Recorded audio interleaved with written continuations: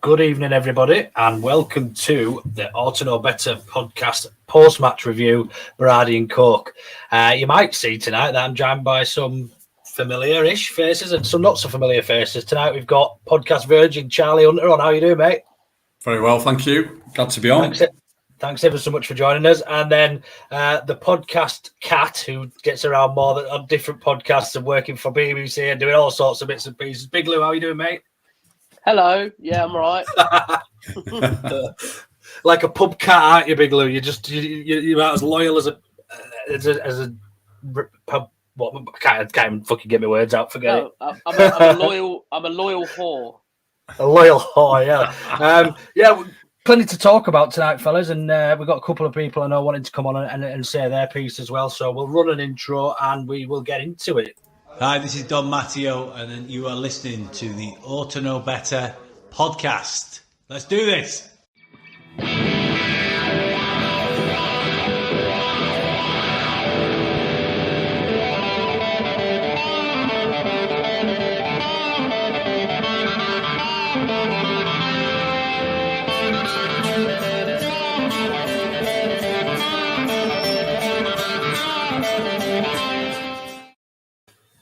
Evening, fellas. Yeah, I don't know why I can't get my words out. It is very late at night. I don't tend to like doing these ones too late. I've got a long day at work tomorrow. I'm already panicking a little bit about that, but at least I don't have to go into work not in the fourth round of the Cup. First things first, then obviously we can start with that opener, I think, because it is probably going to be the talking point of the papers and everything, I should imagine, in the morning on the back pages. But 20-odd seconds, I think it was it? Yeah, 24 like or something. Yeah, brilliant. 24 seconds. Willie get on tour with his best Di Canio impression at the back post. Do you think it was better than Di Canio's? Hard to say. Yeah, probably. Because it was Leeds, obviously. It was a Leeds player scoring it. It took me by surprise. I don't know about you boys. I wasn't. Did we ever score? I missed it. I thought I'll get a cheeky pissing before we kick off, and we'll never score it first few minutes anyway. Missed it. If you're watching on the app, you're probably seeing the goal about now. on the ITV app. What do you? I mean, he's sort of taking it by storm, Willie, isn't it? You know, he's come in as our third choice signing after Bamford and who was the other lad? The lad who was going to Liverpool that we were chasing, Dutch fella, Gakpo. So we ruled Gakpo out. I think then we moved on to Bamford down in, was it Marseille or somewhere like that? That fell through because he wouldn't get on a plane or something, then failed his medical elsewhere. And then we were left with Willie Gononto, and everybody was actually like, oh my God, that's a panic buy. Do you know, third choice. You're just buying somebody for, to keep the fans happy. And now look at us. Charlie, what do you actually think of Willie? Oh. No, Gononto, sorry. Yes, yeah, very good, yeah. I think he's brilliant. He's clearly much better than Marsch thought at the beginning when he said he's not Premier League ready. He's more than Premier League ready. And if Italy are picking him, has he played 5 times for them? Something like that. Then there's got to be something there, aren't there? For me, he's been superb. I would have liked to have ideally taken him off at half time. I think we've got to wrap him in cotton wool.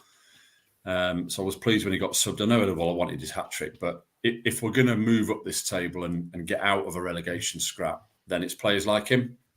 But he's brilliant to watch, and that's what you want to see in it as a fan. Gets you off your seat. Absolutely, so exciting, mate. And we obviously we were sort of pining for a replacement for Raf when we knew we'd lost Raf. We were like, who's going to be that person to get us off the seats when we're going forward? And we seem to be inundated with him this season. We've got Somerville who's playing out of his skin. Yeah, and Sinisteri, we thought he was the direct replacement, didn't we? And he looked great till he got injured. So look, there's loads of positives, attacking wise, and Marsch has got to find a way of fitting them together. And it does look like that is, obviously today. And I know it's only Cardiff, but there's trouble in other regions. But there's a lot to be positive with, especially with Willie. Yeah, I think I can't disagree. I mean, Lou, the scoreline then. I mean, it's a bit kind on Cardiff really for me. Well, I don't know what your thoughts were. Yeah, it's two. It was an ailing mistake and a dodgy penalty. I'm not going to read too much into that. And Cardiff were poor. We probably should have beaten them that in the first leg, to be honest, but we didn't. And I think, yeah, Charlie's right. Tonight is about the positives. It was about Bamford scoring. It was about winning. Yeah. It was about being clinical. And yes, there are going to be question marks over the defence, as there is going to be pretty much for the rest of the season, I imagine. But it was better. Harrison was good. But also, Sinistera coming back. We've got Summerville, who's only out for a month. So hopefully he'll be back soon. And just a quick one on Summerville. I'm really, really pleased for him.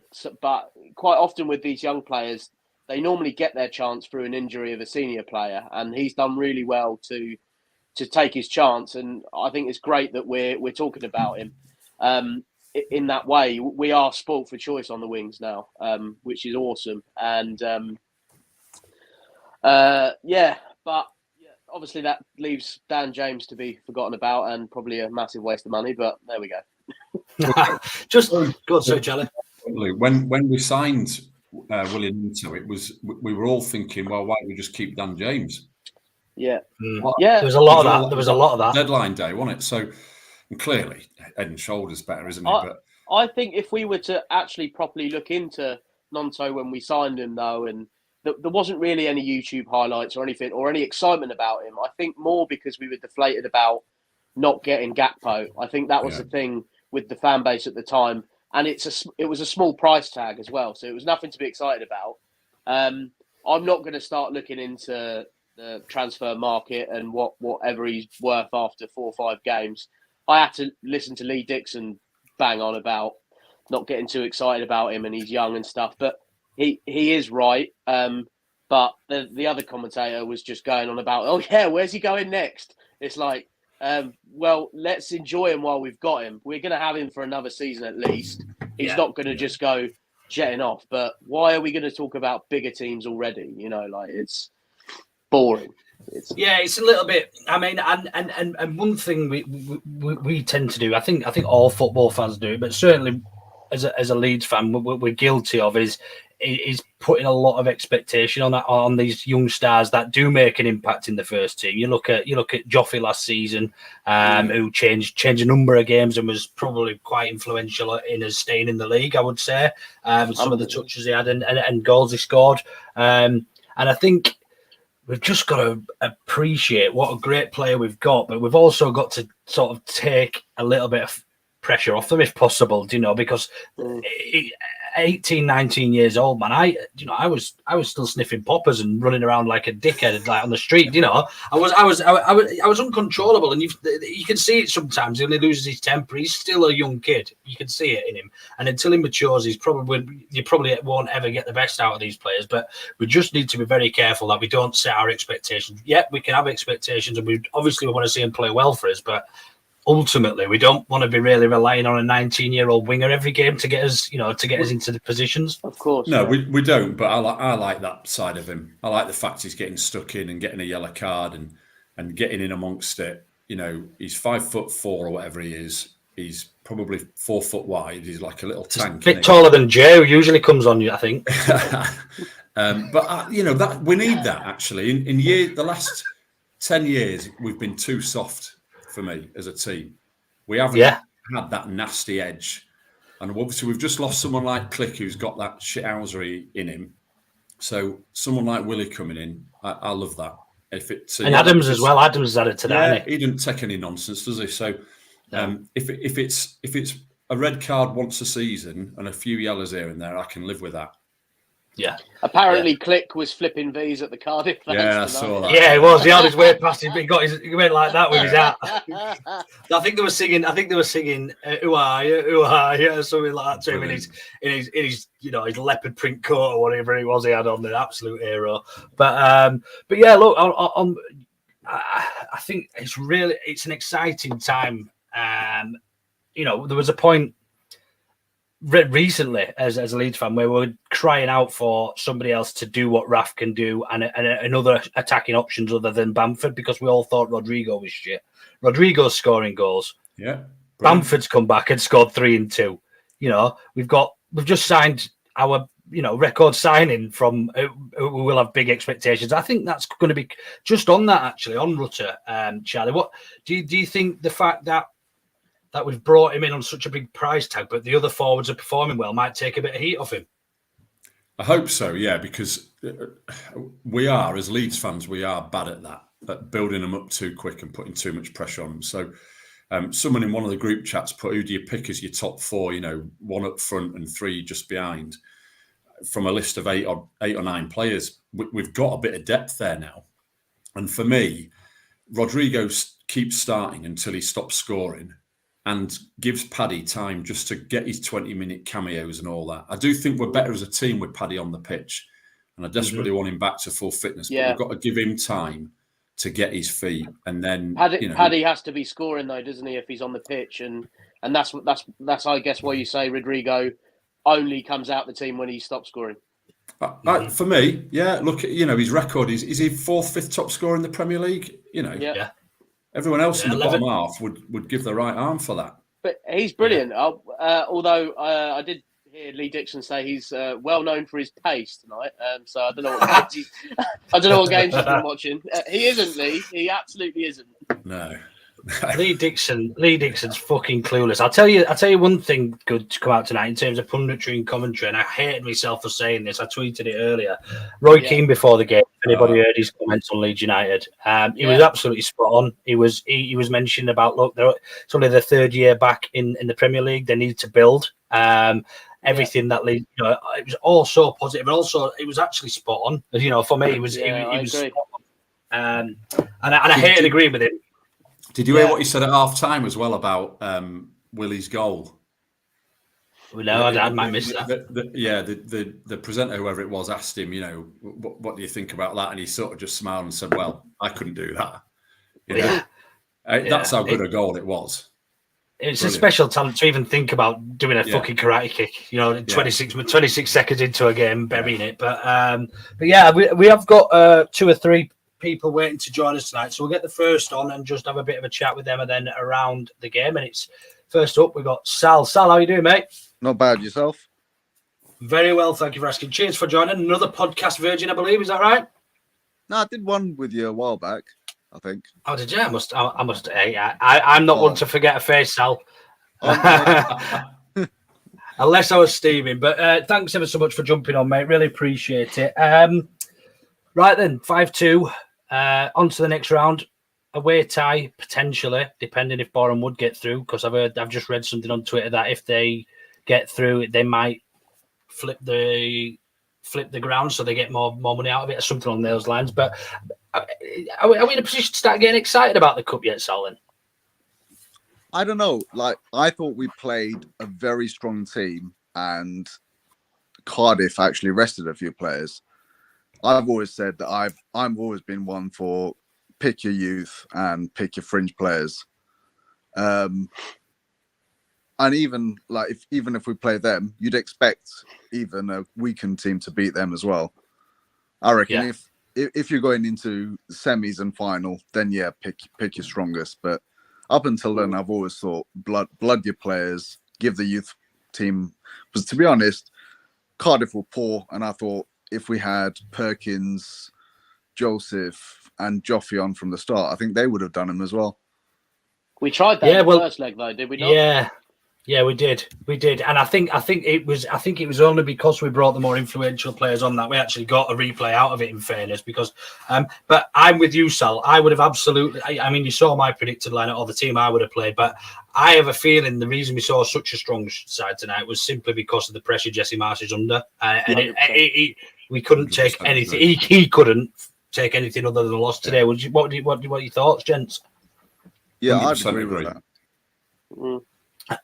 Which I hope doesn't carry into Sunday. Obviously, we've seen Verber or Warber or whatever you call him. He went off. He was still moving relatively well, but He obviously signalled to go if he felt something wasn't right. So we hope that risk does pay off, and we still got relatively, come out of it relatively unscathed, I think. But in terms of the actual performance, then Sal, what do you?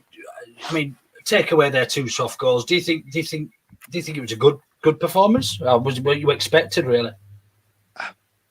It's hard to gauge, isn't it? Because Cardiff are poor, and it's a team that, I mean, with the difference between us and the levels of players that we had out on the pitch, you'd expect that. But then, given how bad we've been over quite a while, it's probably one of our best performances. Attacking wise, we were quite dominant, I thought. Everything does run off our runners, though. I think everything about us now is about Gnotto, about Rodrigo getting through around. Harrison was brilliant for probably the first time in a while. Yeah, that assist was amazing. Yeah, just on Harrison then, Lou. How do you think he looked in that role today? Did we play a 4-3-3 then today with those with Rocker and Adams sitting with Harrison more of a box to box type role, did he? Well, yeah, Harrison and Nonto kept switching, didn't they? But it looked a bit 4-4-2 at some points. It was very we chopped and changed, but the way I saw it in the first half was there was a lot of space for one. There was a lot of runners. We got so much time on the ball. There was a few poor touches where we managed to keep possession. Where when you watch a lot of Premier League football, you'll see that poor touch normally means you lose possession.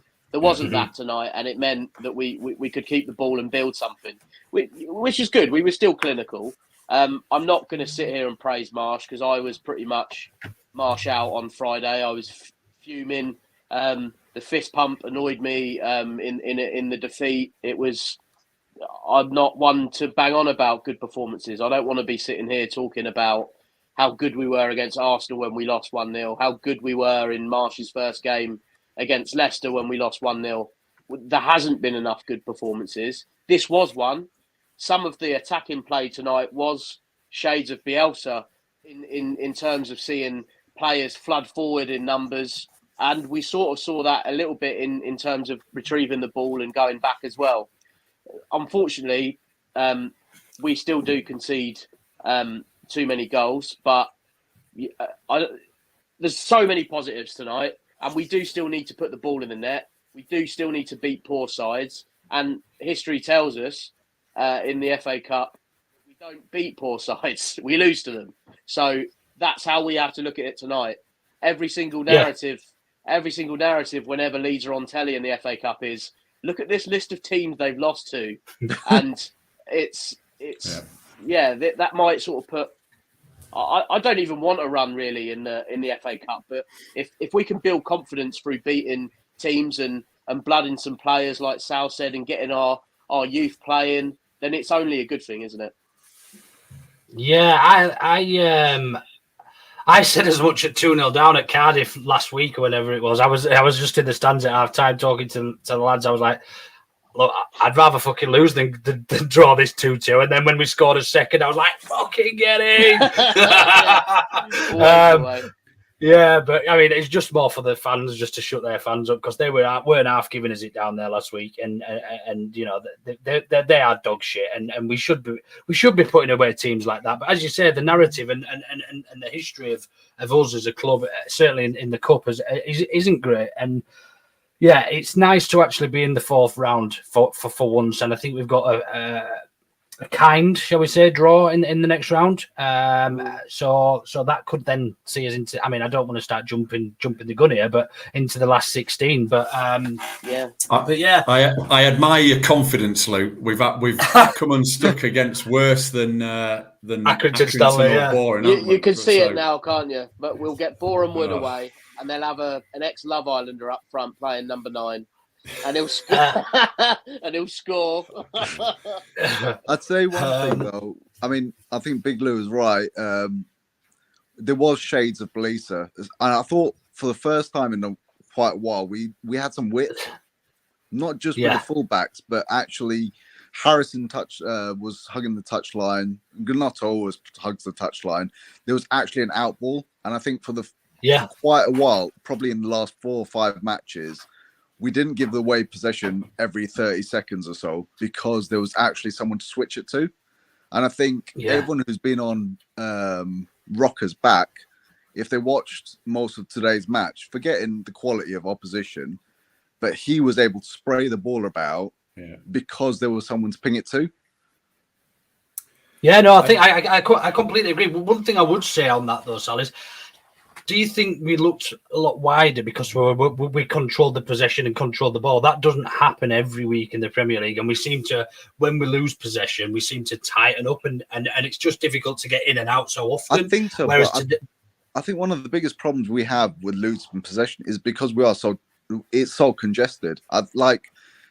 Arison's pass to what's his face, Samaka last week was because everything's so congested in the middle. They just see all they see is a quick 1-2, and it comes off maybe 2 or 3 times, but then 2 or 3 times you're going to give it away. And if you're giving it away just outside your box all the time, you're going to get punished. I seen a graphic on I can't remember who shared it. It was on somebody's Twitter yesterday, and it was essentially just highlighting how many goals we'd conceded due to individual errors, and we had 3 players in the top 5, I think, or top 6. 3 players that had made individual errors leading to goals, which great. You know, individual errors happen, but if they're happening so regularly and such a high frequency in comparison to the rest of the league, where does that sit, and whose fault is that? You know, do we blame Marsch and his style and his tactics, or have we just got shit players? I don't think we have got shit players. I think it's down to the system.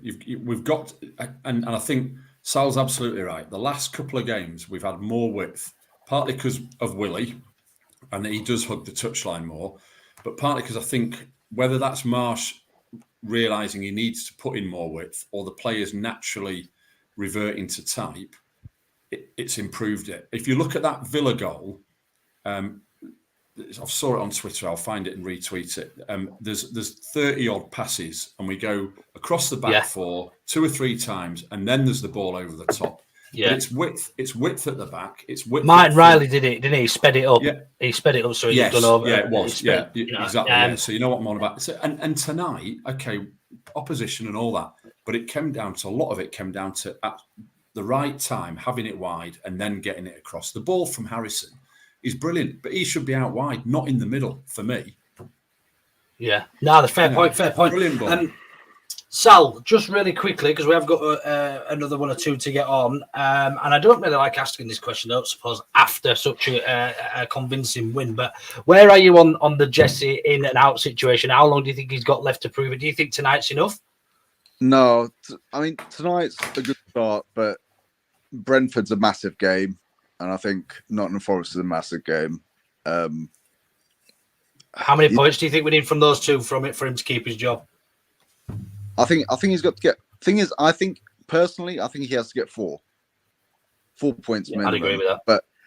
But I do feel he is the 49ers man, and you've brought in Werber, and it'd be a strange decision to sack someone after you've just bought them a £13 million defender. And then the 30-odd million quid striker that didn't play tonight. Rutter. How do you pronounce his name? Is it Rutter or Rutter? Rutter, I don't know. But one person I thought didn't really do anything in the match was Greenwood. Really? I thought he had quite a steady game. I'm not sure why. Where did he start tonight? Did he start in the 10 spot, or did he start sort of defensive? I thought it was central. Yeah, he was central. He was one of the players I forgot to mention who was making the runs, playing sort of just like literally just behind Rodrigo.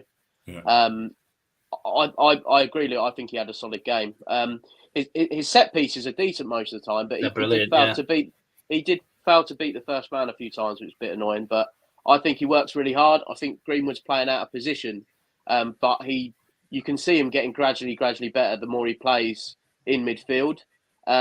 and I think we look like a better team when he plays. To be honest, as well, he's been unlucky to be left out, but I think some of that is down to the fact that Marsch is trying things. I feel a little bit with him that we shoehorn him in just to try and get him game time. And personally, I'd like to see more of Gaiabi, or however you pronounce his name. Fair point. Although I thought he's a driving player, isn't he? He picks it up. He's got that Vieira kind of run on him. Yeah, whilst I thought he had a good game at Cardiff, I felt he was a little bit old-manned, and I think the game changed when we swapped him for Warburg to come on in midfield and controlled it a little bit better. Garby looks a great talent, don't get me wrong, but I just feel he's got a lot of maturing to do in terms of first team football. For me, I mean, we're all entitled to opinions. But these are the games you want these young lads playing in, isn't it? Because you wouldn't.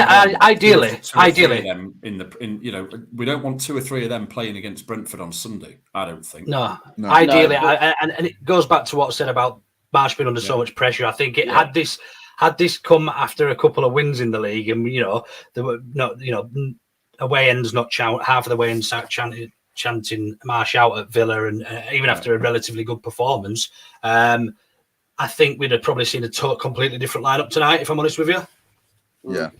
Yeah. If we get less than 4 points and he's still in his job, then in the next 2 games, and he's still in his job after that, say we draw them both, he'll play a strong team against Boreham or Accrington. I know that their game got postponed, didn't it? Do you think that'll be his get out of jail free card that's still in the cup? I think it has to be. He's now else, has he?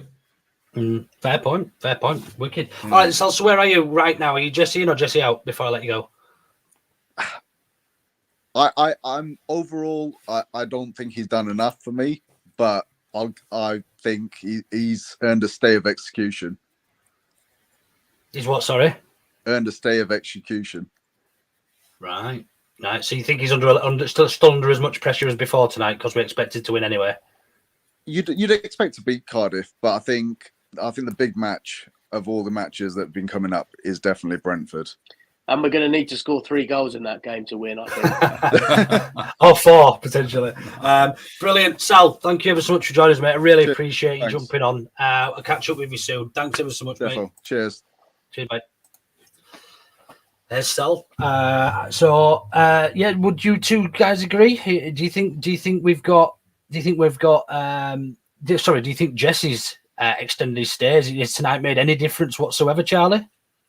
Not for me. I'm still Marsch out. I've been Marsch out from relatively early on. I don't like the formation at all.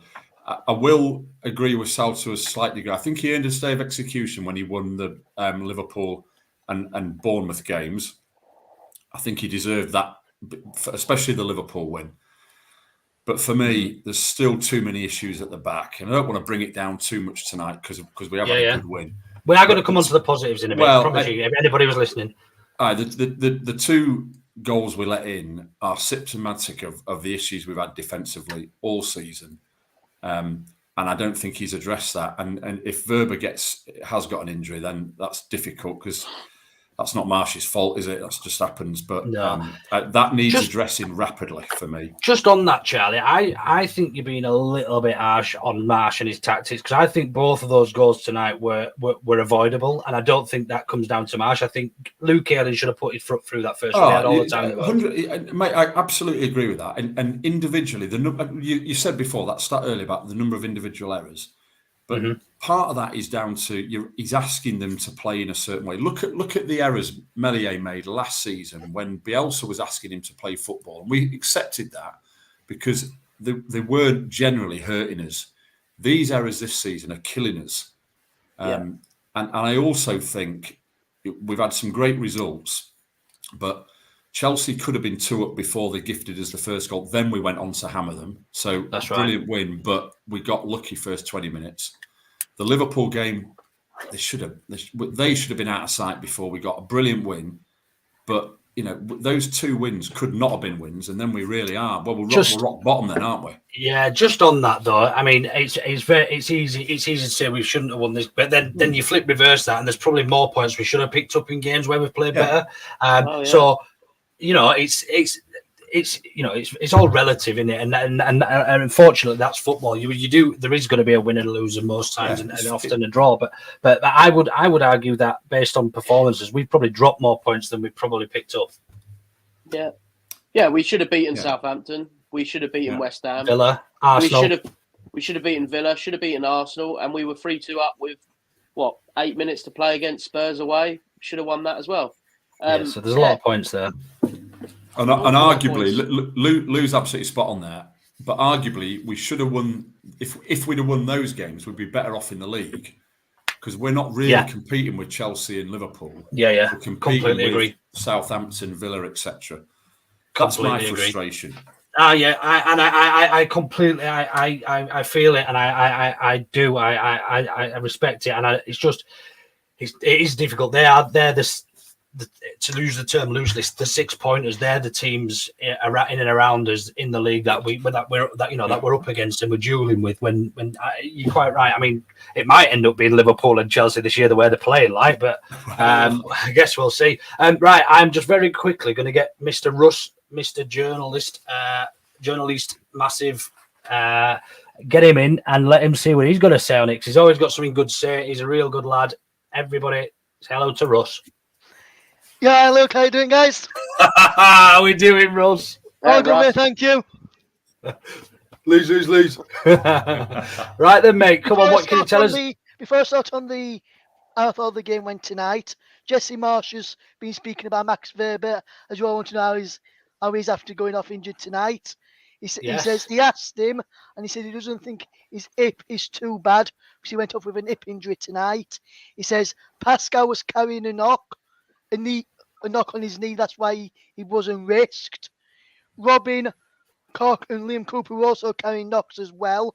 And he says getting Lewis in the stair back was good. And he's also mentioned Rutter tonight as well. And he said Rutter has looked good in training. He was asked if Rutter would be playing on Sunday. And he says he's still to get him to 100%. He will adapt quickly. He would anticipate he's in the squad. And he'll be thinking about using him from the bench on Sunday against Brentford. Who needs fucking Jeff Stelly now when we've got Russ? Eh? Yeah, well, that's a wrap, Luke. Cheers, buddy. Thanks for that concise and clear update. Everybody, I'd like, if you want to say thanks, you can to Russ. Great bloke. I thought you said he had a nip injury. I was like, oh, a nip injury. Oh dear. Right then, Russ. Thoughts then? Happy with that performance? Yeah, good performance. I think the goals at the penalty one, which it looked like Robinson's arm first and then onto Rock, like Robinson knocked onto Rock. So I think that could have gone 50-50.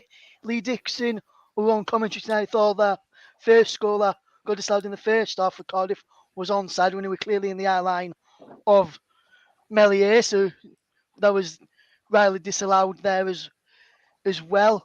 And good goals from Nonto tonight. I've been impressed with him ever since he's started. And I was speaking to my dad earlier as well, Luke, and we were saying when we've got all those players fit, what's Marsch going to say his best front line is, because I've seen people mention quite a few people for his front line in the chat tonight, but we've got like Somerville who's out injured as well. We've got Harrison who played tonight, Brendan Harrison who came off for the bench as well. Yeah.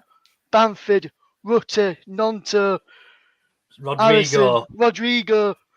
It's a great headache to have, though, Russ. Someone we haven't had for a long time. Yeah, and then also Phillips, the Yorkshire Polo. and then we've also got Perkins and Joseph from the under-21s coming through and been in and around the first team squad as well. So that's the front line's going to be a big headache for him when everyone's fit, and hopefully Cooper's fit on.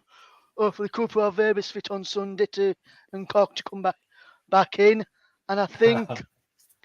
And I think with some of the signings that we've made this window so far, I think we've some good signings. And I know he gets a lot of stick sometimes, Luke,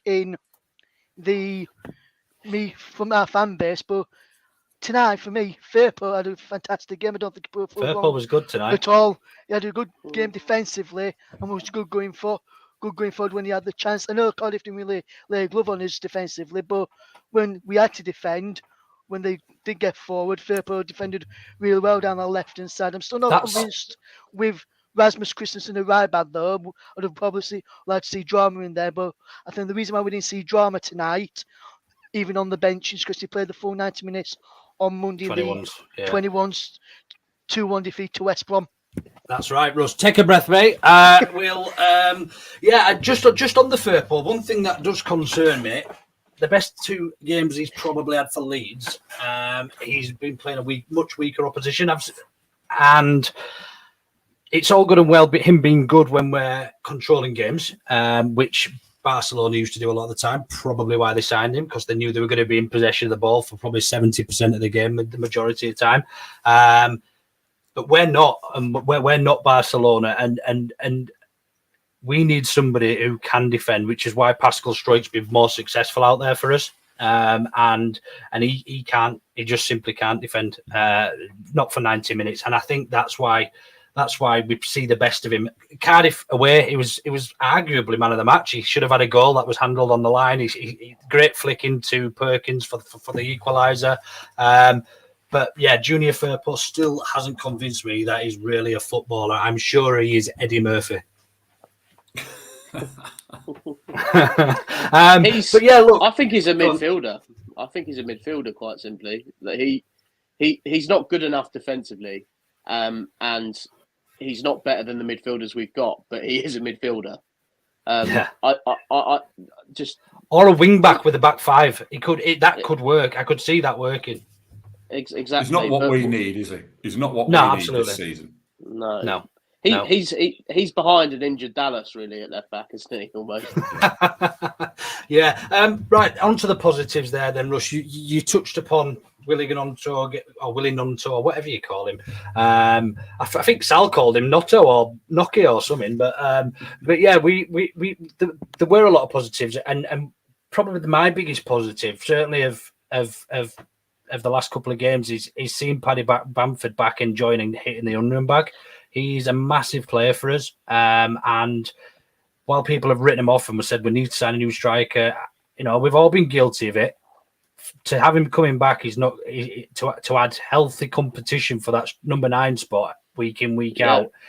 Is going to be nothing but positive for us moving forward, I think. We'll probably see a better version of Rodrigo for it. We'll probably see a better version of Bamford for it, and we'll also see hopefully this Rutter come in and start tearing it up as well. So, but let's be honest, none of us care if Rutter's sat on the bench if Bamford's banging the goals in. Absolutely I don't not. care. Yeah, absolutely. As long as we're winning. Yeah, absolutely. And like I was saying, Bamford now 3 goals in 2 games after his goal on Friday night away at Villa as well. So that's 3 goals in 2 games. Good confidence boost to take into the Brentford game as well. And he said after the game he was happy to be back amongst the goals at Ellen Road and just be playing at Ellen Road as well. And I think that's what we've missed, his presence up front. I know Rodrigo's tried his best up there while he's been out injured, but when he plays, you'll notice it on Friday against Villa. You saw how much back the Villa defence was sat when Bamford came on, and our midfield behind Bamford pushed on when he came on Friday. He leads our press from the front, which then enables his midfield to get forward, and then leaves the 2 defensive midfielders to push forward as well, which is good. And then they've got a bit harder to get through, whereas Rodrigo, he don't press as much. And there's times where we put a ball into the box tonight, and where we'd expect Rodrigo to be on end of, and Rodrigo will put it in, and Bamford would have been in there to put it in back in there because the 6-yard box to Christensen, put it from the right hand side in the first half, which went just flying across the back post for Nonto, which he couldn't get on end of. But if Bamford had been in there, it'd probably have been a tap in for Bamford, because that's where he likes to be in around that 6-yard box when coming into the box. Look, spot on, mate. Take a breath. You always look like you're going to run out of air to me, Russ. I get worried. I have to send a ventilator around. We're all going. Breathe, please. It's a great headache to have, I think, and it's something, as I said, while you were, sorry, rudely interrupted you, but it's, Charlie, we've not had realistically a fit attacking line where we've had the novelty. And I know Nonto was signed for the youth, and I know Somerville was signed for the youth, but they've stepped up and they've proven they can do it for the first team, and they're first team players now. Full stop for me. But yeah, what a great headache to have. And who based on current form would be your starting front four then? So for Sunday, so I'm assuming we need to ease Bamford in, and therefore he would be on the bench. So I'll start with Rodrigo up front. Yeah. For me, I would have Harrison and Willie on the flanks, and then Harrison probably down the middle.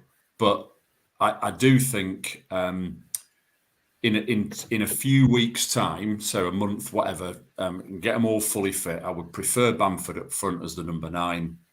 And can you make it work with Rodrigo as a 10? I don't know.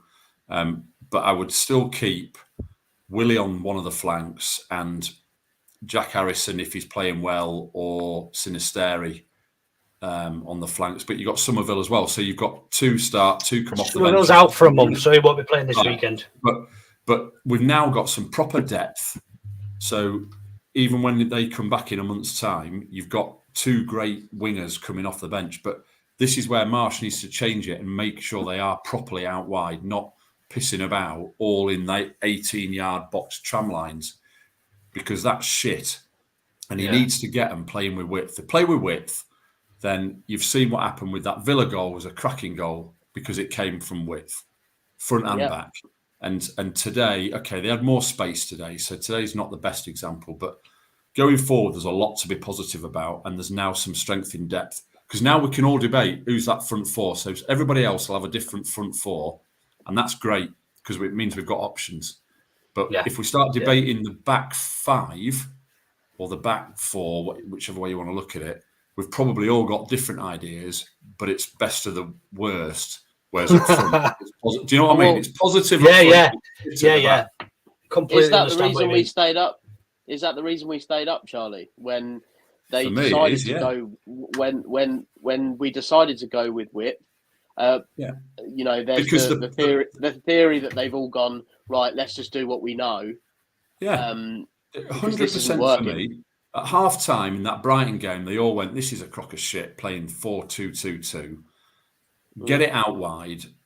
KP start pinging it about. We got the equaliser against Brighton, I think it was, and then at Brentford, I think Marsch deserves a little bit of credit for putting Greenwood in because he had a great game that day, and the rest of it was width and slightly Brentford imploding with that whatever that knobhead is that got sent off, came off the bench, scored a goal, took his shirt off, and then clattered Raf 2 minutes later. Canos. Yeah, well, brilliant. So great for us. Shithouse.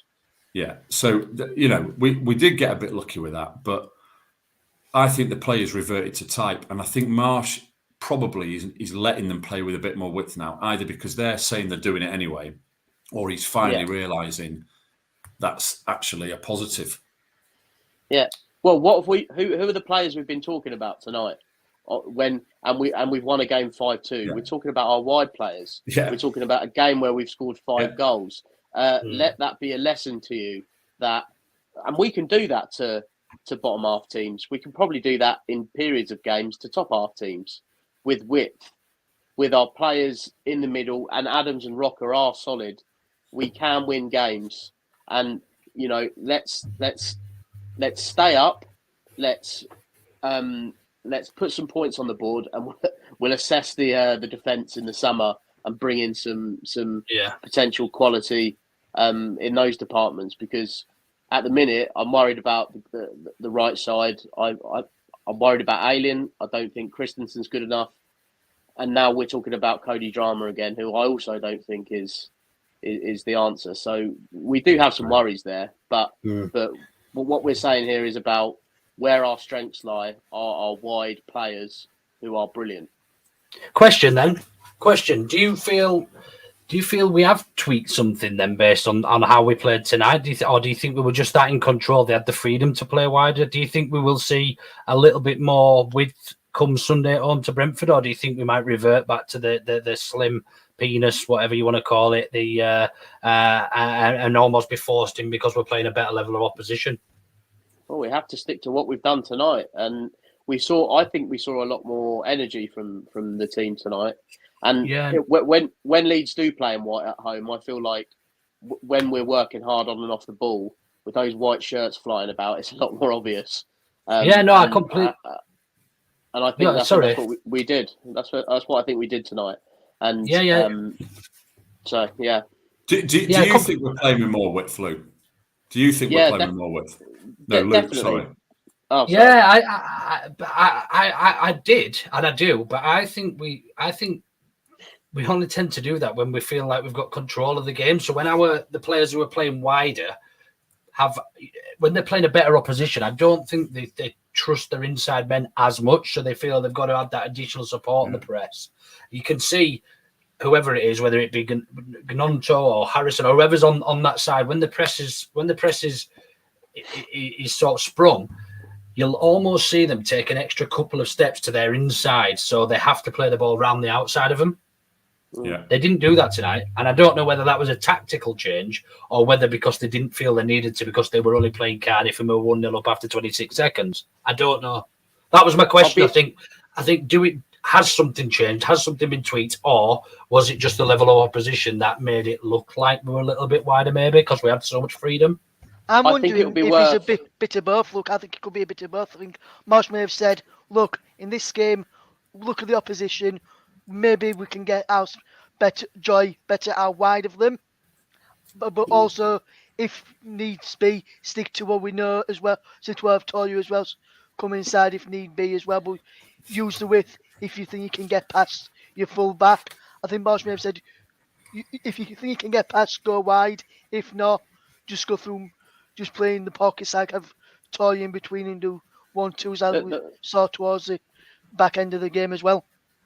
Yeah, the passing was slicker. I'd be interested to know if any of the BBC radio journalists, Phil Hay, any of those boys ask Marsch the question tonight if he's decided. Did he change anything? I don't think he'll give too much away in that respect because he doesn't want anybody to go, well, we've been saying, and the fan base has been saying this is what we need. So I think he'll protect his pride to a certain extent, and we'll have to make our own minds up about it. But I would be interested to know if any of those guys have asked the question to him tonight about that. Just had a comment here for you, Charlie, and I think Charlie was agreeing here. We played similarly, but we didn't get the result at Villa. We played well. We played with a little bit more width at Villa, because we were the better side as well. We have been playing with width, and you're saying, Noose, that it depends on the opposition. So I don't think it does. I think we started this season playing very, very narrow, and we've slightly got wider and wider, and I think tonight was the widest I've seen us play all season, I'll be honest. 100%. So what I'm saying is it was very, very narrow until the last 2 or 3 games. I think Willie Nonso has been a big part of that because he naturally hugs that touchline, doesn't he? And he does play down the middle at times, and the ball through for Somerville's goal was central. But Willie's natural position for 3/4 of the game is out wide, and I think that's created more width. So I think that width has increased in the last 2 or 3 games, definitely since the World Cup break. Absolutely, and I think that reflects in the performances. And Jesse desperately saying, "Look, the performances are getting better, but we're not getting the results." And that is football sometimes. But if we can now start turning those performances into points, I think obviously he'll keep his job. But I think the Marsch out brigade and everybody who thinks he's not tactically qualified to manage Leeds United might change their opinion, because I feel like we've been the better side in quite a lot of games, and been quite unlucky this season. In short, I mean, there's been games where we've been absolute dog shit, and I'm not going to fucking beat around the bush because we have been poor. Leicester away, from memory, and 1 or 2 others, but I don't know. Do I think he's the right man to take us to the next level? No, I don't. I don't think he's good enough to take us to the next level. But I think with the group of players that we've got now, and certainly with the new signings, I think we've got a squad that's already playing all right, playing decent stuff. We just need to be, first of all, more clinical, and then we need to have some consistency to our performances as well, because we just seem to have 1 or 2 good games and then we throw it away, but with a fucking absolute diabolical performance. The other thing I'd say is I've been critical of the board as well, especially Orta, and I think they have now backed Marsch where they didn't back Bielsa last season, and you can get into a debate about where the money's coming from and all of that, but Marsch can't say he hasn't been backed in this window. Fair point. With you know, are any of us unhappy with the signings we've made this window? Not so far. I'm happy with the ones we've made so far. I'm happy with those. I've not really seen Rutter play before, but with Verb, I've seen him a couple of times now. But in both games, I've seen him against Cardiff in the first game, against Villa, and then again tonight, and I'm happy with him so far. Since Verb has been on the pitch, we have not conceded, and we've not conceded a goal with him on the pitch. As soon as he went off tonight, we conceded the 2 goals. Yeah. Fair point. So, and when he came on against Villa, we didn't concede the goals against Villa. We conceded the goals because he was off the pitch against Villa because he started on the bench in that game. And for me, with the Marsch out, because I know you probably asked me that a bit later, but for me, I think he could be a decent manager for us, but I don't think now was the right time for him to come in. I'd have probably gone with someone, say, because Dash was out of work or was coming towards the end of his Burnley, but someone of, maybe not Dash, but so. I'm wondering whether we're waiting to get rid of Marsch as soon as Potter gets sacked from Chelsea. Russ, I love you, mate, but don't be bringing Dyche into this argument, mate. Come on. But I'm wondering if but also for me, look, I'm wondering if we're waiting to see, like, Potter could lose his job at Chelsea. I wonder if we're waiting to potentially fetch him in. But another one which I think would be a good shout for us, Ange Postecoglou at Celtic. Yeah. I think he could be a decent manager for us, but I don't think. Well, for Marsch, I think he's would be a good manager for us, but I think he was the wrong time when he came in. I think to another manager, say another couple of managers in first, stabilising the Premier League, and then maybe fetch him and see what he can do then after we've had 2 or 3 years in the Premier League. I know this is his 3rd year now, but after Bielsa, I mean, another 2 or 3 years after Bielsa had left, then maybe fetch else in, and then I think Marsch after go on, Charlie. I was going to say Ange Postecoglou, whatever his name is, would be I think fantastic for us. Let's face it, we're a bigger club, we're a bigger league. Get him down here, he'd come tomorrow. Yeah, I think somebody. I was on one of, I think it was Joe's podcast. Well, yeah, it was Joe's, but I can't remember who said it on Joe's podcast. Somebody said the other day, it might have been Chris actually from All Leeds TV, who suggested that Jesse might actually be the man before the man to take us forward. And actually, they brought Jesse in, but they don't know that he's not the man. But actually recognising that they brought him in, that he's not quite the man. So then the board have to go out and get somebody of top level. So look, he's done enough tonight. He's kept us all relatively positive. We've got to take the positives out of that. Positives are our forwards are scoring. We've got some exciting talent. We've beaten Cardiff. We're into the next round against, we don't know yet because their game is postponed. Look, I can tell people the Bournemouth Accrington replay will now be played next Tuesday at 7:45 at Accrington's ground. And Sam Face on commentary said it'll be played on the Saturday. But I think the world feed selections have been held back for whoever we get to be playing possibly at 12:30 on the Saturday. I think for one of the world feed games around the world at 12:30. For us, the winner, when we play the winner of that. Is that right, Yeah, Rush, when we play the winner. Yeah, when we play the winner, I think he's going to be at half. I think with the World Feed and possibly BBC are keeping that free to be 12 around the world, potentially on the red button, like some of the games are on the red button, like the Tottenham Portsmouth game on the red button in the 3rd round. I think BBC have held that back for potentially our game.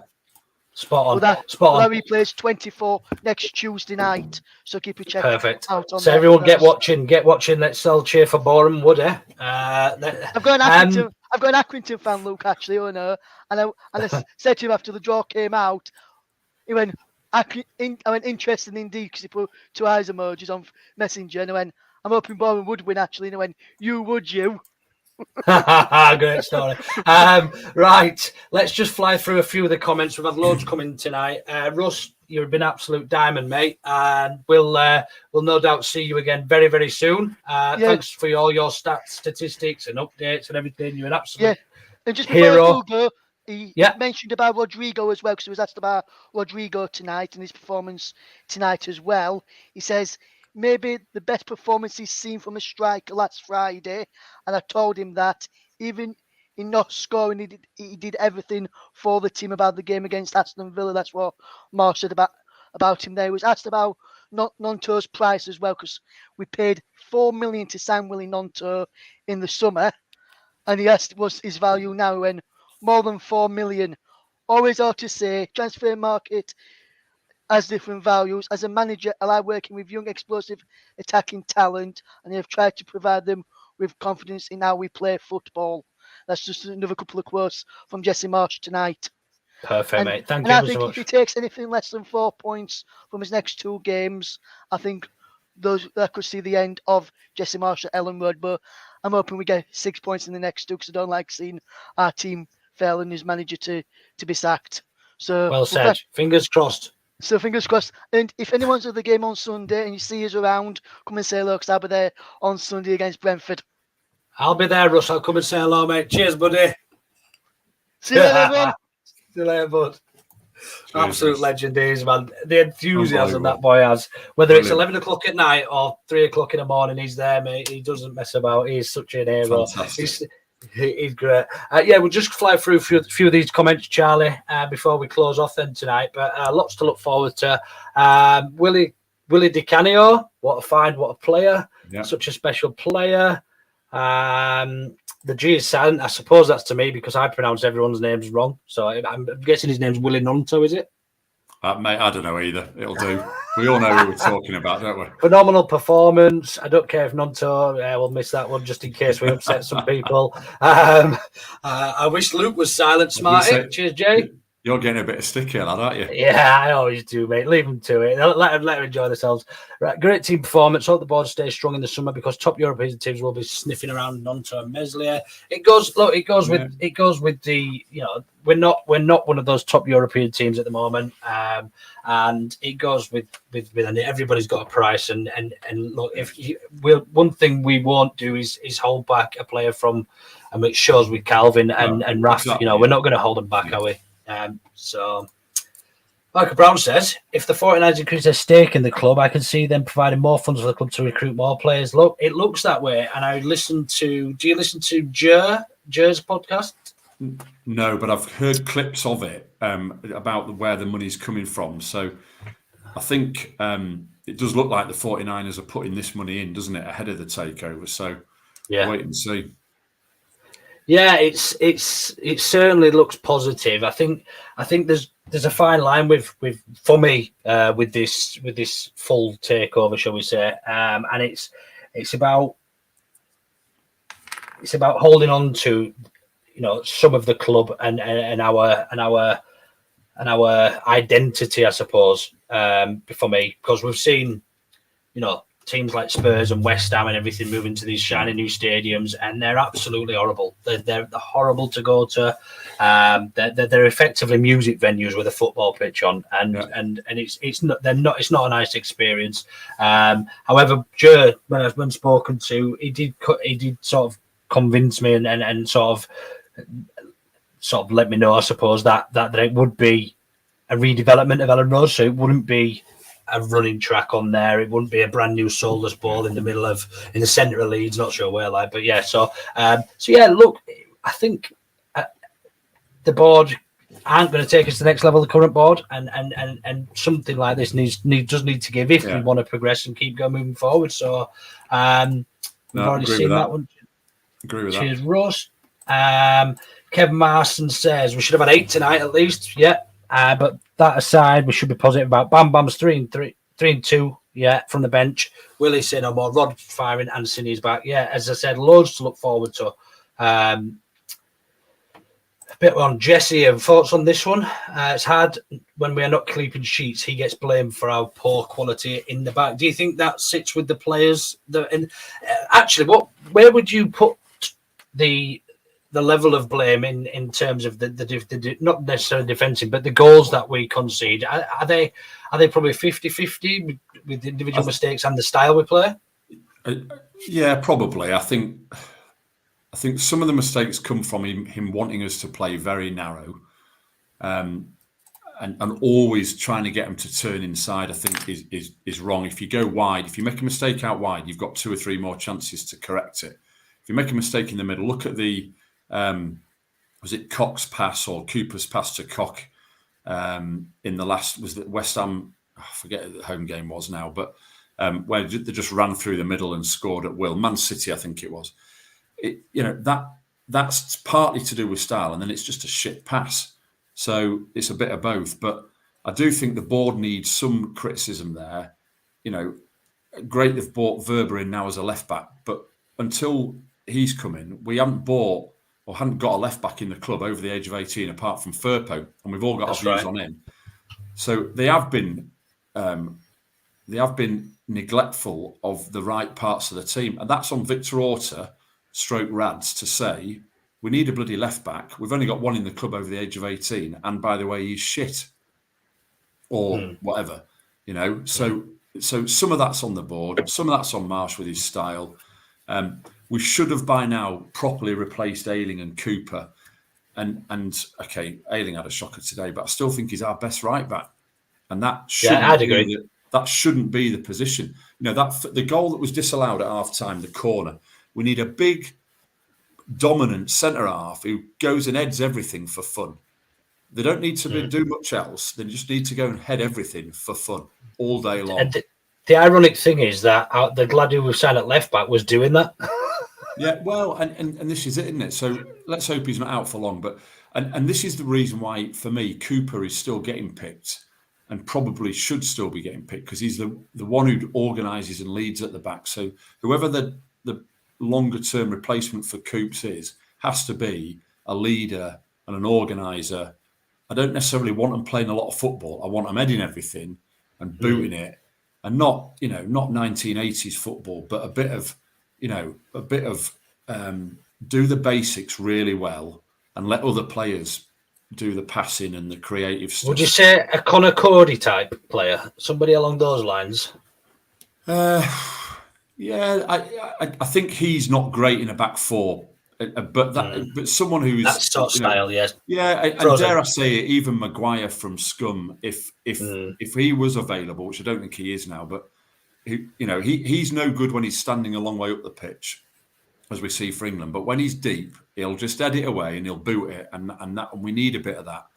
But we need some leadership in there as well. So I think that's it. There's a fine line in there that we need to accommodate bringing this youth through and growing and blooding this youth, but also we're losing some really influential players when you especially when you're talking about replacing Cooper and Ayling. Yeah. That's ultimately our leadership group. But we've just lost Click. You look at Hernandez and Alioski and other players we've lost it recently, and we've not really replaced with much apart from this Werber, who was the captain where he's come from. Yeah. Tyler Adams as well, international captain. So he's superb, by the way. He's top drawer. He's a great signing, and arguably more important to us than Willie. Willie will get all the headlines. Tyler will just do his work. Batty-esque. And I know, some of the earlier pods I've heard you lads talking about him, but minimum of fuss. Just get on with it. Do the basics really, really well. And that's, for me, that's what we need now, is a centre half and a left back. Verber notwithstanding injury and all that carry on. We'll see him long term, but that's the bit we now need next window, because I don't think we'll get any more this window. Next window, we need a proper centre half. Yeah, completely agree. Couple more then. Evening, boys. Lads done great tonight. Brilliant going forward, but worried about the defence, especially now Warber may be out. I think Russ has touched on that. I'm not sure when he sent that what time it was, but yeah, Russ said it's not too serious, and he says he thinks he'll be all right. Yeah, great to see Bamford back and enjoying football and scoring again, because the last time he came back, he wasn't 100%. He looked laboured, he looked tired, but these cameos and scoring in these cameos and doing the world of good. What do you think? Yeah, mate, agree. And as much as I'd like to see a fully fit Paddy back in starting on Sunday, I would, whilst Rodrigo, I said it earlier, whilst Rodrigo's scoring, let Paddy play on the bench, come off 20 minutes, 30 minutes, build him up nice and steady. And then if Rodrigo has 5 games in a row where he doesn't score, then that's Paddy's chance. But give him time and get him right. Yeah, completely agree. One major comment here from Smarty, who's been tonight, so he couldn't jump on, but he knows he's late to the party. But surely everyone kind of done a U-turn on Marsch after beating a wank bottom of the champ side. If he beats Brentford, that's a good start. But fuck me, I don't think anybody's saying that, Smarty. I think we've been quite sensible in the dissection of tonight's game, and we're not naive. We know it was only Cardiff that we should have been beating. We had a strong side out there, a weak side. We should have probably won that game on another day, 8-9-0. Yeah. Yeah. I think we have been fair. I think I'm still in the Marsch out camp, but credit where it's due. We've just scored 5. All right, last 5 minutes was a bit of a shit show, but I'm happy tonight. So I go to work tomorrow happy. Yeah, I'll take that for now. Yeah, and if you know any Cardiff fans, at least you can gloat for a day or two. I'll find them. Don't worry about that. Twitter will find them. Just go on Cardiff City's football page and then just look at their comments and then go at somebody. That's what I do when I'm bored. Marsch in camp here from Martin. Bandy's obviously with the opposite view. Marsch out, I would imagine. But look, let's summarise. I think all in all, good feeling to score 5 goals at home, march on into the next round where we've got a favourable time moving forward. Hopefully this can be our turning point, if you like. I think it's been a long time coming and we've needed, you know what it's like. Form is temporary and it's so hard to get out of, whether you're losing or winning. It's really, really difficult for any sportsman or any club to get out of that form. So this could be that turning point, and I know it is only against as Smarty said, against a shit Cardiff side, but it had to happen sometime for me, Charlie. Mate, agree. We've got to start somewhere. You can only beat what's in front of you, and all those old cliches. Let's hope they get some confidence from this against Brentford, because they're a decent side, as we know. We need something out of that game, because if you can you imagine if we're 2 down after 10 minutes? Ellen Road will just turn. We all know that. So we've got to get something out of that. And hopefully by taking the lead and either hanging on or getting a draw. But a defeat on Sunday is not gonna end well for Marsch. No, I think that'd be the worst case scenario for Marsch, because then obviously we'd gone off the back of this and then we go into Forest away, when realistically I think for me we need 4 points from these next 2 games. First of all, if Jesse wants to keep his job, but secondly, I think that's the minimum we should be taking from these 2 games. Either way around, I don't care. If we get a draw at Brentford, I expect 3 at Forest away, and vice versa. If we get 3 at home, I'd expect at least a draw away at Forest. So I think we've probably said enough there. It's kicking on. It's late at night. I've got an early start tomorrow. Thanks for joining us, Charlie. Really appreciate you jumping on board. Thank you for inviting me on. Enjoyed it. No, pleasure. Thanks everybody in the comments, as ever. Thanks to Sal, to Russ, and Big Lou as well for joining us tonight. Coming up, we will have. When do we play next? Sunday, don't we? So we may have a Sunday 2:00, isn't it? So it'll be a Sunday evening. Berardi and Coke will be the next show. I'm not sure who's on that. I think it's Jay and Carl from memory, and then we'll be back next Tuesday with the main pod Tuesday evening. So thanks ever so much. Do smash the like. Please do subscribe if you do like what you see. If you don't, still do it anyway, because it helps our numbers and it makes us a little bit happy. Thanks ever so much, folks. Peace out. We will see you next. Did I say Sunday after the game? Sunday. Yeah, I think it's Sunday after the game anyway. Cheers, folks.